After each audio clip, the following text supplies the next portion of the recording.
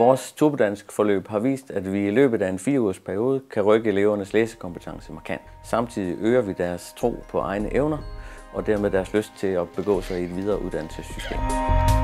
Turbodansk er et læseforløb over 4 uger, der er intensivt og motiverende for de 16 elever, vi har. Elevernes krop kommer meget mere med, hvor eleverne skal bruge deres hjerne på mange forskellige måder. Et eller andet sted så smelter leg og læring sammen. Eleverne oplever ikke, at det er læring.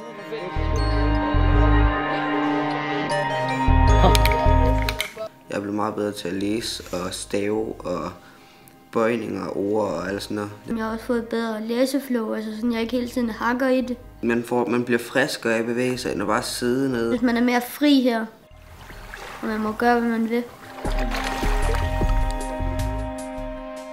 Det er jo vigtigt, når børnene kommer tilbage til folkeskolen, at de bliver fastholdt i den læring, de har haft på læsecampen. Det er helt afgørende, at læreren og deres klassekammerater tager imod dem som en ny elev i klassen og giver dem en frisk start. De skal ikke holdes fast i en rolle, hvor de for eksempel har været klassens klovn, eller for eksempel har været en elev, som aldrig turde række hånden op.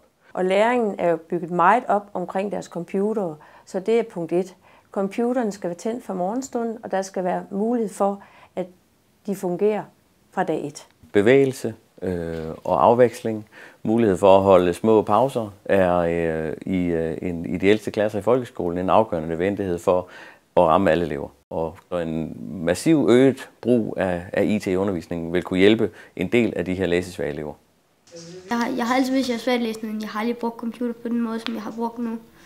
Så jeg er nok blevet bedre end min klasse til at bruge skolecomputer og finde programmer og sådan noget. Jeg tror, jeg bliver meget bedre elev for mine lærer eller sådan noget, når vi kommer tilbage, så bliver jeg meget mere aktiv i timerne og kommer til at række hånden mere op og bliver mere selvsikker.